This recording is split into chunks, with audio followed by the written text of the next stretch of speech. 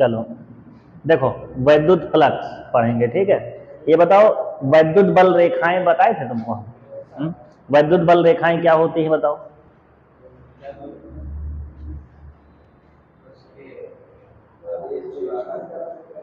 जो रेखाएं वैद्युत क्षेत्र की को दर्शाती हैं, है ना, यही कह सकते हो कि जो रेखाएं वैद्युत क्षेत्र को प्रदर्शित करती हैं, है ना, इसको हम क्या कहते हैं, वैद्युत बल रेखाएं। यानी अगर हमें किसी वैद्युत क्षेत्र को दर्शाना है ना, तो हम लोग क्या कर सकते हैं, वैद्युत बल रेखाओं द्वारा दर्शा सकते हैं। जैसे पहली रेखा ये बना दी हमने, दूसरी ये बनाई, तीसरी ये बनाई, चौथी, और इसी तरह करके कुछ हम रेखाएं इस तरह बना देते हैं। तो इससे आपको पता क्या चलेगा, इससे पता ये चल रहा है कि ये आपका क्या है, ये पूरा क्या है, आपका वैद्युत क्षेत्र है, जिसकी तीव्रता क्या है, वह ई। ठीक, तो ये पूरी रेखाएं किसको प्रदर्शित कर रही है, किसी न किसी वैद्युत क्षेत्र को प्रदर्शित कर रही है। इतना बताए थे तुमको, ठीक है। वैद्युत बल रेखाएं क्या करती हैं, वैद्युत क्षेत्र को प्रदर्शित करती है, यानी जहां जहां ये रेखाएं हैं लड़कों, ये वैद्युत क्षेत्र है, ठीक है। अब यहाँ पे देखिए कितनी रेखाएं, 1 2 3 4 5 6 7 8 9 रेखाएं हैं, ठीक है। अभी ये ऐसे क्या है, ये ऐसे, इनको हम कह रहे हैं वैद्युत बल रेखाएं, इनका नाम है वैद्युत बल रेखाएं, और ये आपकी 9 रेखाएं हैं। और इससे हम समझेंगे क्या, कि इस जगह पे कोई ना कोई वैद्युत क्षेत्र आपका है, ठीक।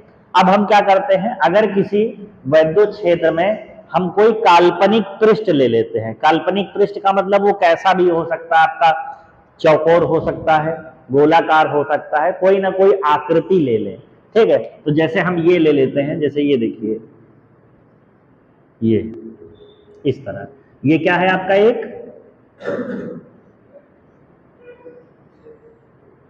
तो अब यहां से मिटा दें ऐसे,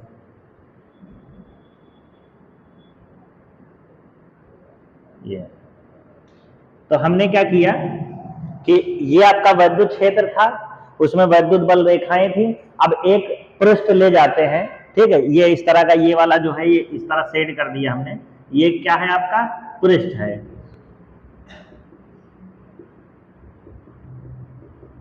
ठीक। ये कोई एक आयताकार पृष्ठ है। अब ये जरूरी नहीं कि आयताकार ही हो, ये गोला भी हो सकता था, हम कैसा भी बना सकते थे, भी मान्य है। और ये कौन सा पृष्ठ है, याद रखिएगा, ये असली में कुछ नहीं है, ये आपका काल्पनिक पृष्ठ है। यानी ऐसा हम मान रहे हैं कि कोई वहां पर इस तरह का क्या है, चौकोर कोई पृष्ठ रख दिया जाए, तब क्या होगा, सारी चीज इमेजिनेशन पे है। ऐसा नहीं कि हम कुछ बॉक्स लकड़ी का या फिर लोहे का काट के ले जाके बिजली के क्षेत्र में ऐसे जाके रखेंगे तो वैसे भी मर जाओगे, क्योंकि वहां पे वैद्युत क्षेत्र है, तो आपको करंट लग जाएगा बहुत तेज का, ठीक है। तो हम मान लेते हैं, अनुमान करते हैं कि यहाँ पर एक क्या है, आपका काल्पनिक पृष्ठ इस तरह हमने रख दिया। तो ये आपका कौन सा पृष्ठ है, काल्पनिक पृष्ठ। तो आप ये देखोगे कि हमारे पास 9 बल रेखाएं थी, 1 2 3 4 5 6 7 8 और 9, ठीक। 9 में से इसके अंदर से कुछ गुजर के जाएंगी ना भाई, ये वाली तो बाहर बाहर से चली गई, ये दोनों भी बाहर बाहर हो गई, लेकिन कुछ बल रेखाएं होंगी जो अब इस पृष्ठ के अंदर से गुजरेंगी। जैसे 1 2 3 4 5 और ये 6, ये 6 बल रेखाएं, ये क्या हो रही हैं, पृष्ठ के अंदर से प्रवाहित हो रही हैं, ठीक। ये बल रेखाएं क्या हो रही हैं, इस पृष्ठ के अंदर से प्रवाहित हो रही हैं। ये जितनी बल रेखाएं इस काल्पनिक पृष्ठ से होकर गुजरेंगी, इन्हीं को हम लोग नाम देते हैं वैद्युत फ्लक्स। बस, वैद्युत फ्लक्स कुछ नहीं है, वैद्युत फ्लक्स आपकी बल रेखाएं ही हैं, लेकिन उनको क्या करते हैं हम, किसी काल्पनिक पृष्ठ से जितनी गुजर रही हैं उनको वैद्युत फ्लक्स कहा जाता है। बाकी उसके बाहर वाले जो है आपकी, वो वैद्युत बल रेखाएं ही होती।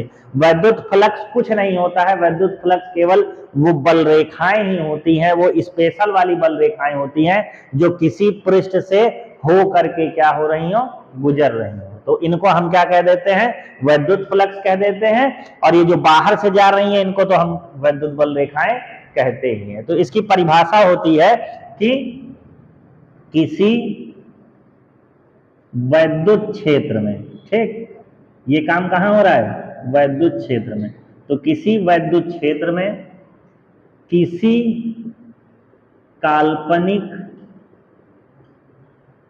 काल्पनिक पृष्ठ से, ठीक, यानी ये क्या है? एक काल्पनिक पृष्ठ है। काल्पनिक पृष्ठ से होकर गुजरने वाली,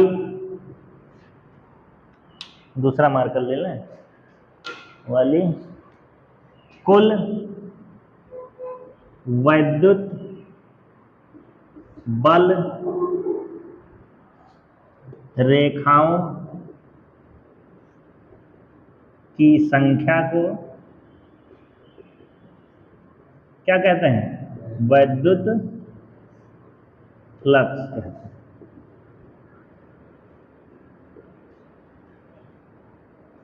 अब इसको किसी से प्रदर्शित करेंगे तो इसे याद रखिएगा, हम लोग फाई से प्रदर्शित करेंगे।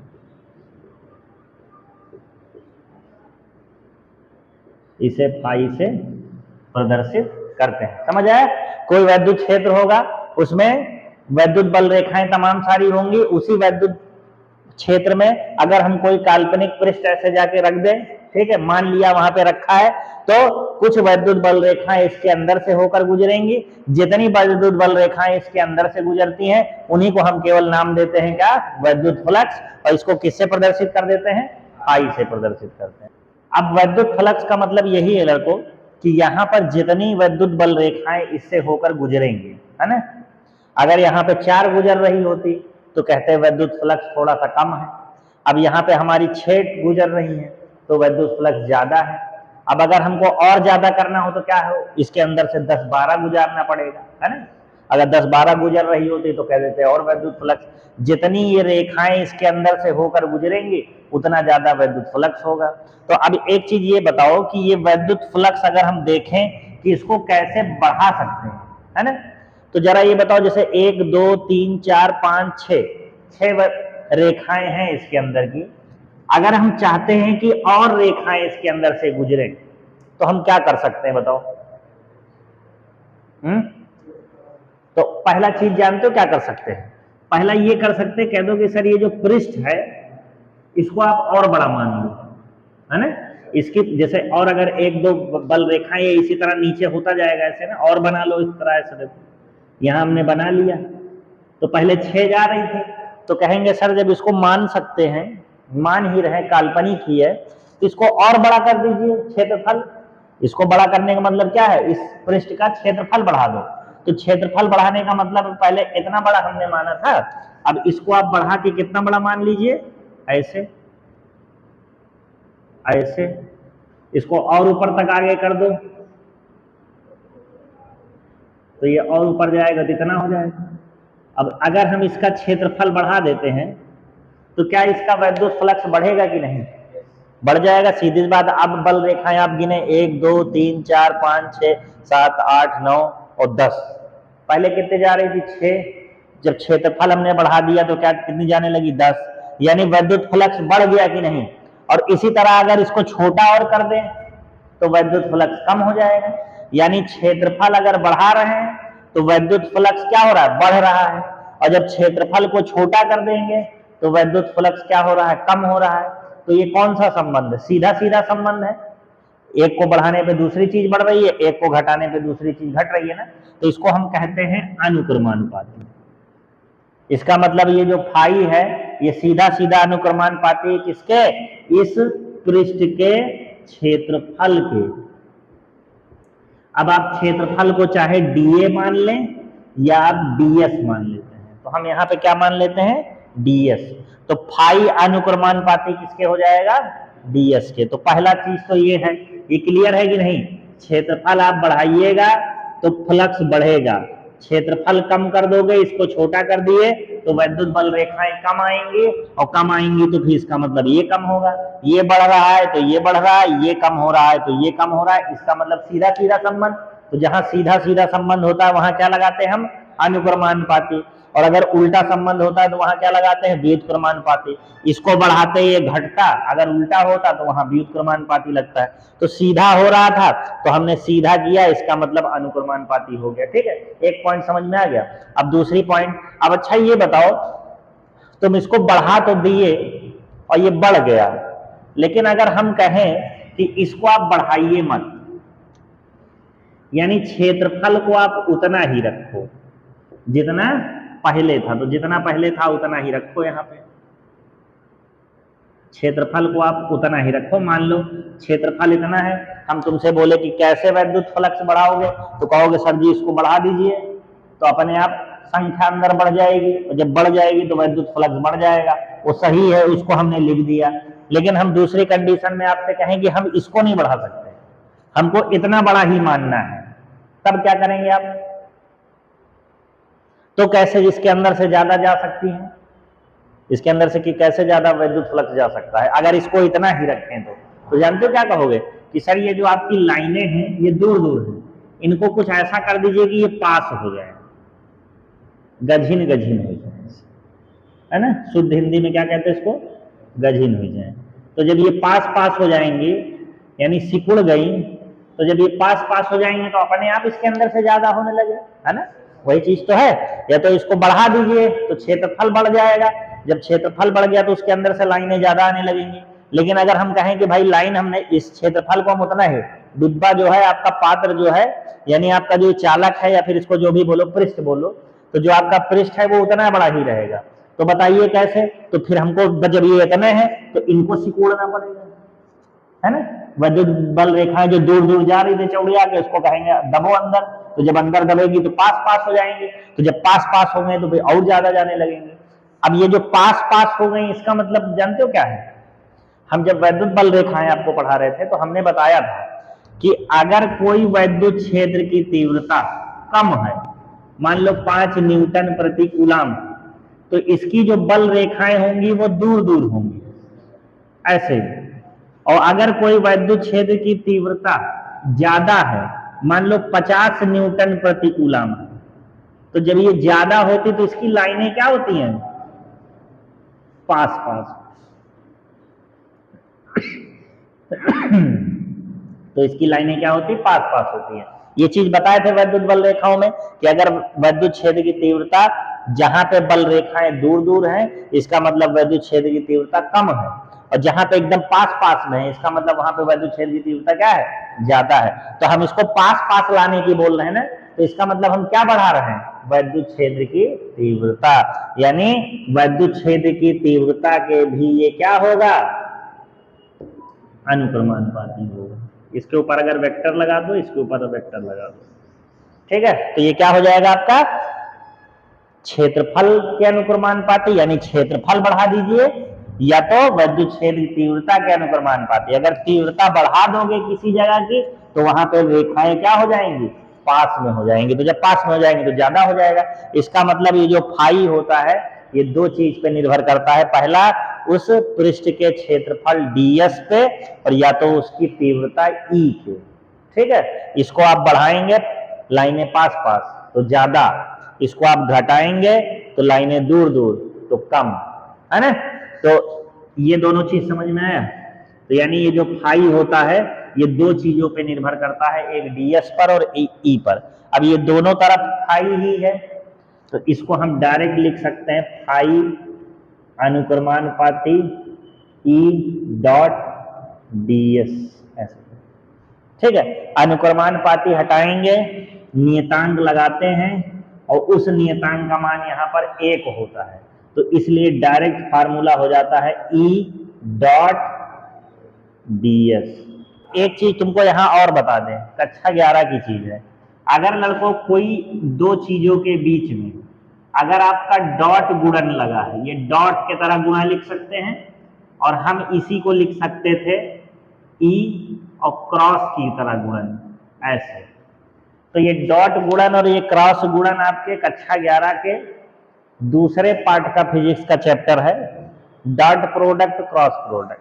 जहां पे डॉट प्रोडक्ट होता है, याद रखना, अगर इसका हम वेक्टर हटाएंगे, यानी ये वेक्टर नहीं लिखना चाह रहे हैं, तो E ds कॉस थीटा, और अगर इसका हटाते हैं तो E D S sine theta होगा। तो हमेशा याद रखना है जो क्रॉस प्रोडक्ट होता है उसके साथ साइन लगता है, और जो डॉट प्रोडक्ट होता है उसके साथ कॉस थीटा लगता है। तो ये साइन ना लग के यहाँ पे ई डॉट डी एस है ना, तो इसी का और अगर फार्मूला आगे बढ़ाएं तो ये हो जाता है फाई बराबर E D S cos theta. देखो गॉस की प्रमेय समझेंगे आप, ठीक है। अब देखो ये जो गॉस की प्रमेय है ये आपका मोस्ट इंपॉर्टेंट यानी लगभग ये हर साल आता है, और अब की भी देख लेना गॉस की प्रमेय लिखने को आएगा पक्का, ठीक है। तो अब गॉस की प्रमेय क्या है, पहले ये जान लो गॉस क्या है। ये वैज्ञानिक है गॉस, ठीक है, उनका नाम है ये, ठीक है। तो ये याद रखना गॉस की प्रमेय का मतलब वो वैज्ञानिक का नाम है गॉस, उनकी प्रमेय है, यानी उन्होंने कुछ बताया होगा, तो उसी बात को हमको समझना है, ठीक है। तो अब देखो इस चीज को थोड़ा सा हम जो है याद रखाने के लिए एक थोड़ा सा आपको जो है कहानी जैसी चीज बताएंगे, ठीक है। तो उससे क्या है, उससे लेना देना इसका कुछ नहीं है, लेकिन याद हो जाएगा उससे, ठीक है। तो देखो थोड़ा सा हम तुमको क्या करते हैं, एग्जाम्पल समझाते हैं। जो अभी हम तुमने पढ़ा वैद्युत फ्लक्स, क्या पढ़ा तुमने अभी, वैद्युत फ्लक्स। तो वैद्युत फ्लक्स को आप थोड़ा सा जो है इस तरह मान लो कि वैद्युत फ्लक्स की तुलना हम कर लेते हैं, ये मान लो एक क्या है, नदी है, क्या लड़को, नदी, ये एक नदी है, और नदी के अंदर क्या बह रहा है आपका, जल बह रहा है, ऐसे ठीक। नदी के अंदर क्या बह रहा है आपका, इस तरह आपका जल बह रहा है, ठीक है। तो ये सेम टू सेम वैसा ही हो गया कि कोई वैद्युत क्षेत्र है, और वैद्युत क्षेत्र के अंदर कौन बह रहा है, आगे की तरफ कौन बढ़ रहा है, वैद्युत बल रेखाएं।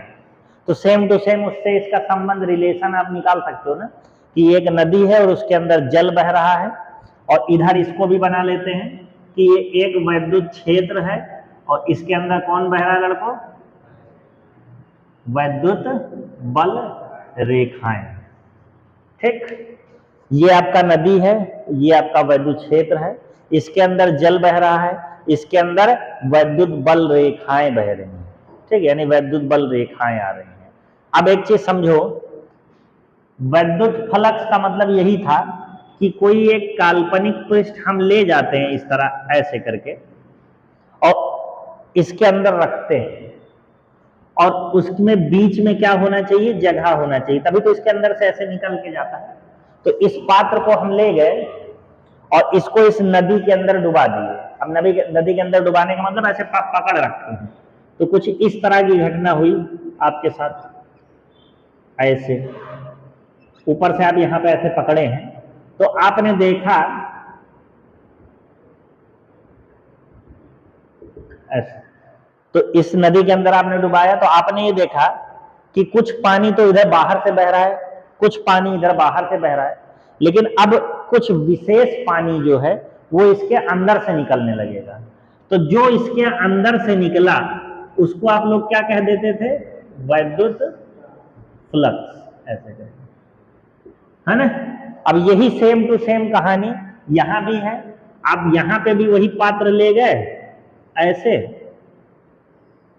और आपने इसके अंदर क्या रख दिया, ऐसे रख दिया, तो आपने देखा कि बहुत सारी बल रेखाएं जो हैं बाहर से जा रही हैं, लेकिन कुछ बल रेखाएं क्या हो रही हैं, इसके अंदर से जा रही हैं। तो इनको आपने क्या कह दिया, वैद्युत फ्लक्स।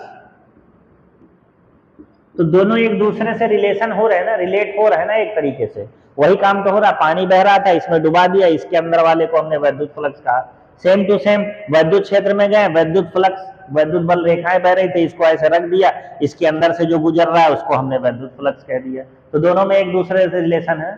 अब एक चीज ये बताओ, ये वैद्युत क्षेत्र है, ठीक है, ये वैद्युत क्षेत्र है, इसमें वैद्युत बल रेखाएं हैं। तो जब वैद्युत क्षेत्र है तो इसका मतलब इसके अंदर आवेश होगा कि नहीं, भाई ये किससे मिलके बना है, आवेश, जब चैप्टर आपको पढ़ा रहे थे तो शुरुआत तो यही किया था ना कि आवेश है, आवेश प्रवाह की दर को धारा कहेंगे, फिर उसी से वैद्युत क्षेत्र आया, तो सबका बेस जो है वो तो आवेश ही है ना, यानी इसके अंदर आप मान सकते हो कि आवेश होगा। और यहां पर जब आपने डुबाया तो यहां पे आप आवेश को समझ लो कि ये क्या है, जल है। जल की तुलना हमने किससे कर दी, आवेश। यानी आप ऐसा कह सकते थे कि इसमें जल बह रहा था, कुछ जल इसके अंदर से जाने लगा, ठीक है, उसको हमने आवेश कहा, और वही सेम टू सेम चीज यहाँ पे कह दिया कि इसके अंदर से जो बह रहा है वो क्या है, आपका आवेश है, यानी आवेश माने वैद्युत बल रेखाएं आगे जा रही है, तो उसको वैद्युत फ्लक्स कह दिया। अब एक चीज ये बताओ, जब इस चीज को आप पानी के अंदर डुबाए हो और फिर इसके बाद ऊपर निकालिएगा, तो क्या कुछ ना कुछ जल की मात्रा इस पृष्ठ पर भी आएगी कि नहीं?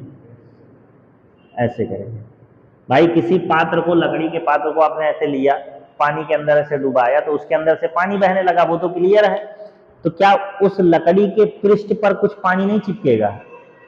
आ जाएगा ना, भीग जाएगा, ऐसा कह सकते हो ना। तो इसका मतलब इसके ऊपर क्या आ गया, इसके ऊपर जल आ गया। और तो अब सेम टू सेम जब आपने इसको जल में डुबाया है तो इसके ऊपर क्या आ गया, जल लग गया। अब यहां वैद्युत क्षेत्र है, आवेश है, आपने इसके अंदर डुबाया, तो क्या कुछ आवेश इस पे नहीं आ जाएगा? सेम टू सेम अगर रिलेशन देखा जाए कि जल में डुबा रहे हैं तो इसके ऊपर जल आ जा रहा है, तो आवेश के ऊपर डुबाएंगे तो आवेश आ जाएगा कि नहीं? आ जाएगा। तो इतना अगर आ गया तो वैद्युत फ्लक्स यानी गॉस की प्रमेय पूरा खत्म। तो जो गॉस वैज्ञानिक थे उन्होंने जानते हो क्या कहा? कहा कि ये जो इसके अंदर से गुजर रहा है उसको हम क्या कहते हैं, वैद्युत फ्लक्स फाई, ठीक, और इसके ऊपर जो आया है उसको हम क्या कहते हैं, आवेश। उन्होंने बताया कि ये जो वैद्युत फ्लक्स होता है ये आवेश का 1/ε0 गुना होता है, बस यही बताया। यानी इसके अंदर से जो वैद्युत बल रेखाएं निकल रही हैं, जो वैद्युत फ्लक्स निकल रहा है, और इसी पर जो पृष्ठ पर उपस्थित है आवेश Q, इन दोनों में क्या संबंध होता है कि जब आप Q पर 1/ε0 का गुणा कर देंगे तो ये दोनों इसके बराबर आ जाएगा। समझ आया? अब इसको देखो लैंग्वेज में देखिए आप क्या लिखेंगे, किसी वैद्युत क्षेत्र में किसी काल्पनिक पृष्ठ से होकर गुजरने वाला वैद्युत फ्लक्स उस पृष्ठ द्वारा, एक शब्द लिखेंगे यहां पर जो उसको कहते हैं अभिगृहित। अभिगृहित का मतलब समझ सकते हो कि इसी के ऊपर जो आ गया, ठीक है।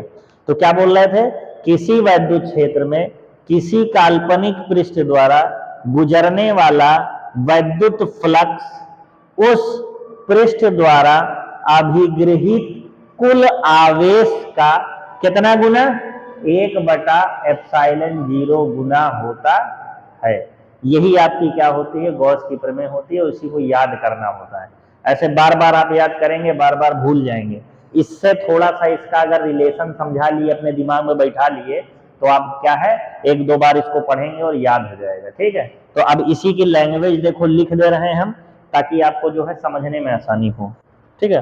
तो देखो लिखेंगे, किसी वैद्युत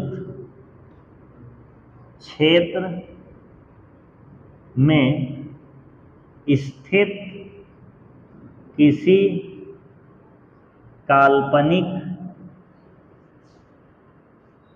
पृष्ठ से होकर गुजरने वाला कुल, ठीक, कुल क्या, वैद्युत फ्लक्स, कुल वैद्युत फ्लक्स उस पृष्ठ द्वारा अभिगृहित कुल आवेश का 1/ε0 एप्सिलॉन 0 गुना होता है, अर्थात फाई बराबर 1/एप्सिलॉन 0 इंटू सिग्मा क्यू लिख सकते हैं। सिग्मा क्यू का मतलब होता है जितना भी आवेश है उसका टोटल सम। ठीक, सिग्मा का मतलब होता है सबको जोड़ दो जितना भी है। तो ये क्या होता है आपका गॉस की प्रमेय होती है। गॉस प्रमेय की हम उत्पत्ति देखेंगे, यानी इसका डेरिवेशन एकदम छोटा सा है। ठीक है, जब आएगा आपको तो प्रमेय लिखनी पड़ेगी पहले और उसके बाद ये उत्पत्ति आपको करनी होगी। ठीक है, तो यहाँ पे देखिए हम मान लेते हैं कोई काल्पनिक पृष्ठ है, तो ये इस तरह का जो है ये जो आपका बाहर बाहर दिख रहा है ये कोई काल्पनिक पृष्ठ है। इस पर एक O बिंदु है, इस O बिंदु पर कौन सा आवेश है +Q। इससे R दूरी पर, ये रहा आपका R दूरी, R दूरी पर एक बिंदु P है और इस P पर ही हमें वैद्युत क्षेत्र की तीव्रता E निकालनी है। ठीक है, तो इस तरह हमने क्या है एक पृष्ठ बना लिया। अब आप देखिए इसी चीज को हम उत्पत्ति में लिख देते हैं। माना एक बिंदु आवेश +Q है और एक पृष्ठ A के अंदर है और O पर स्थित है। ठीक, पृष्ठ पर स्थित किसी बिंदु P की O से जो दूरी है वो कितनी है, स्मॉल r है। तो उसी चीज को थोड़ा सा क्या है लैंग्वेज में लिख दिया। अब देखिए हमने आपको फाई का फार्मूला बताया था, वो था E ds cos थीटा। अब इसको हम लिख लेते हैं d फाई बराबर E ds cos थीटा। अब यहाँ पे देखिए d फाई बराबर, अब एक फार्मूला तुम लोग पढ़ रखे हो वैद्युत क्षेत्र की तीव्रता का, वो होता है 1/4 पाई एप्सिलॉन 0 Q/r²। यहाँ पर ds और ये cos थीटा होगा। तो ये अपना आपने बिंदु आवेश के कारण वैद्युत क्षेत्र की तीव्रता का फार्मूला पढ़े हो ना, 1/4 पाई एप्सिलॉन 0 Q/r²। तो इस E की जगह पर इतना फार्मूला हमने क्या कर दिया, रख दिया। अब देखिए यहाँ पर d फाई की जगह आप क्या करेंगे कि Q/4 पाई एप्सिलॉन 0, ये वाला Q और इतना एक साइड ले लेंगे और ds cos थीटा/r² को क्या कर दिया, एक तरफ ले लिया। इससे होगा क्या कि ये जो ds cos थीटा/r² है इसको हम लोग कहते हैं d ओमेगा। ये क्या होता है, ds cos थीटा/r² है। इसको हम कहते हैं घन कोण की परिभाषा से आया है। तो याद रखिएगा कि जो घन कोण का फार्मूला होता है वो होता है ds cos थीटा/r²। उसकी जगह हम क्या रख सकते हैं, d ओमेगा। तो यहाँ पे हमने क्या करा, d फाई लिख दिया, उसके बाद Q/4 पाई एप्सिलॉन 0, इसकी जगह क्या रख देंगे लड़कों, d ओमेगा। अब हम क्या करेंगे, समाकलन कर देंगे। अब समाकलन करिएगा तो यहीं पर ऐसे लगा दो, एक स्टेप छोट बच जाएगा। तो यहाँ हमने समाकलन का चिन्ह लगा दिया। अब ये समाकलन से आपको डरना नहीं है, ये कुछ नहीं है। देखिए जहाँ पे d फाई है और समाकलन है तो ये d जो है आपका क्या हो जाएगा, हट जाएगा, केवल क्या बचेगा, फाई। यहाँ पर Q/4 पाई एप्सिलॉन 0, ये जो घन कोण होता है इसका फॉर्मूला होता है। जब घन कोण को तोड़ेंगे समाकलन करेंगे तो यहाँ 4 पाई आता है, 4 पाई से 4 पाई कट जाता है, ये हो गया आपका फाई बराबर Q/एप्सिलॉन 0। और यही तो आपका गॉस का प्रमेय है। 1/एप्सिलॉन 0 अगर अलग कर दें तो Q बाहर हो जाएगा। तो ये आपका क्या है, आपका गॉस प्रमेय। तो लिखेंगे यही क्या है, गॉस का नियम है या गॉस की प्रमेय है। तो इतना आपका क्या है, क्लियर हो गया गॉस की प्रमेय, और इतना उसकी उत्पत्ति में करना होगा। ठीक है।